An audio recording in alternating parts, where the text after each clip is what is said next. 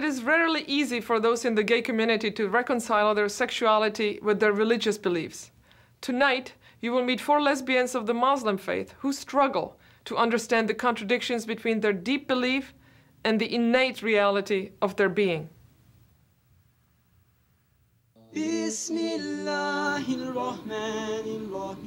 My name is Dang.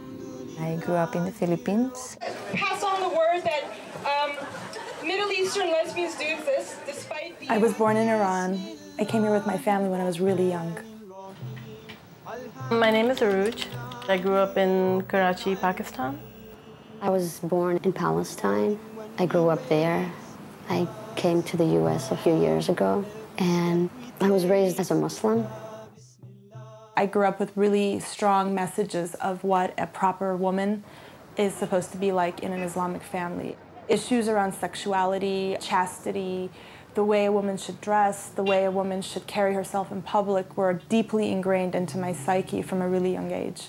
I was always told that, you know, this is how a Muslim woman behaves, or this is what a Muslim woman does.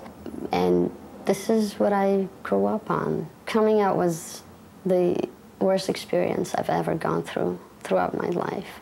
I was too scared to face myself and confront my feelings for women because I was terrified of losing what I have. I had so much at risk. I didn't know how to deal with my daughter, and what if I come out, I'm gonna lose her and lose my husband, I'm gonna lose my life.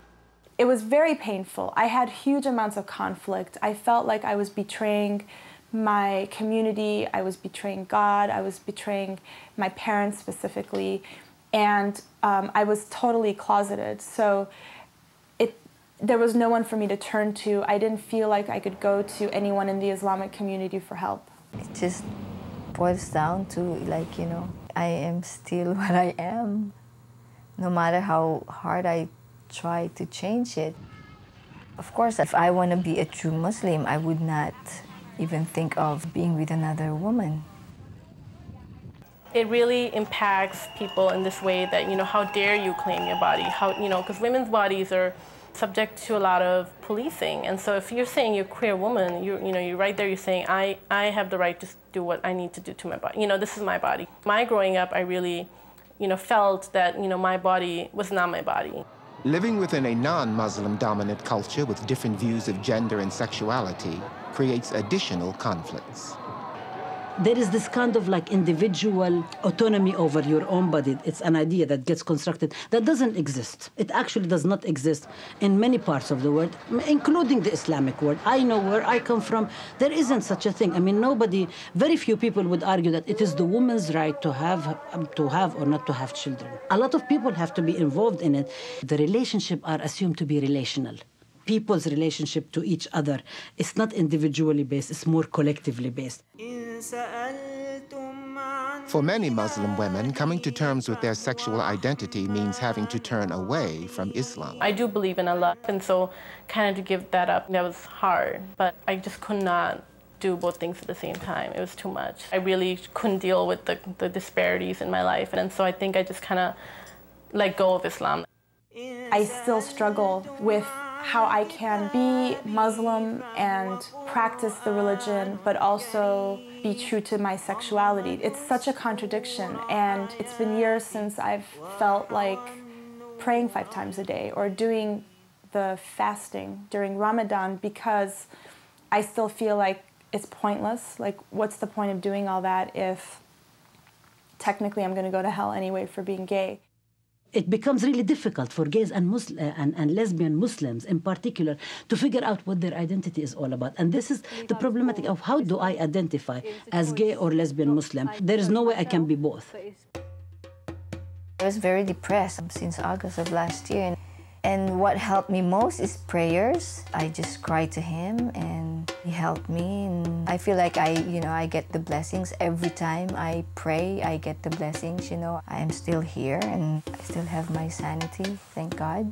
But I have thought of maybe it's time for change.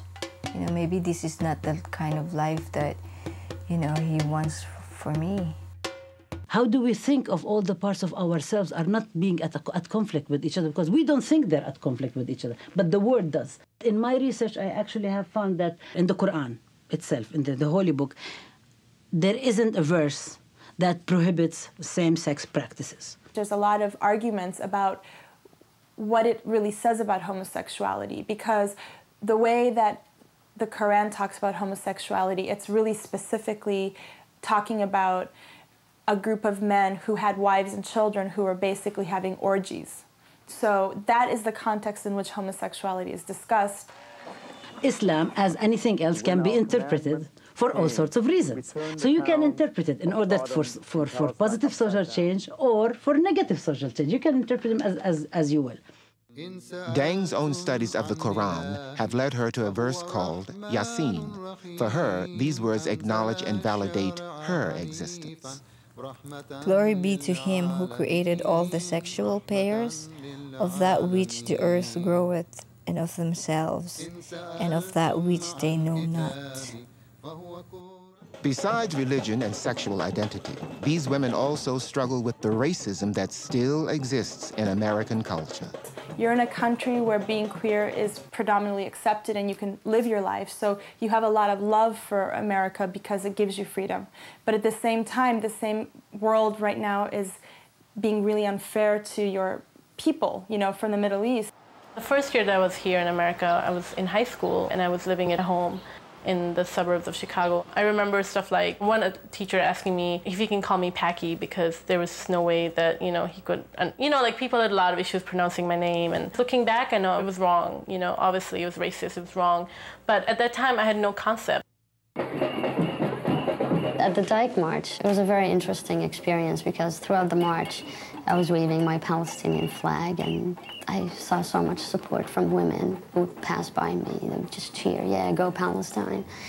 And I was walking with a Palestinian friend of mine, and someone just bumped into me and knocked down my flag that I had attached to my knapsack. And then when I looked, I saw my flag on the ground, and I looked at her like, what did you do? And she just looked at me with this ugly face and yelled, terrorist. It's very complicated being a Palestinian, Muslim, and Arab, and a lesbian, because within the mainstream lesbian community, I'm seen as the Palestinian. Either I'm the exotic Palestinian that they want to go out with, and they completely ignore the person in me, or I'm the terrorist. Since the events of 9/11, Muslims have received increased scrutiny. Before, we used to say we were so invisible, we wanted some visibility, and after 9/11, all of us said it was much better being invisible. It was the best. We don't want this visibility. So the visibility, the problem is the visibility did not come out as a positive development, came out as a very, very detrimental and destructive development. People like me are a threat to a lot of people, you know, whether it's mainstream America, whether it's mainstream Muslim communities or whatever. You know, you just never know who you're going to piss off. I don't want to be disrespectful of my religion. I'm in fear of God.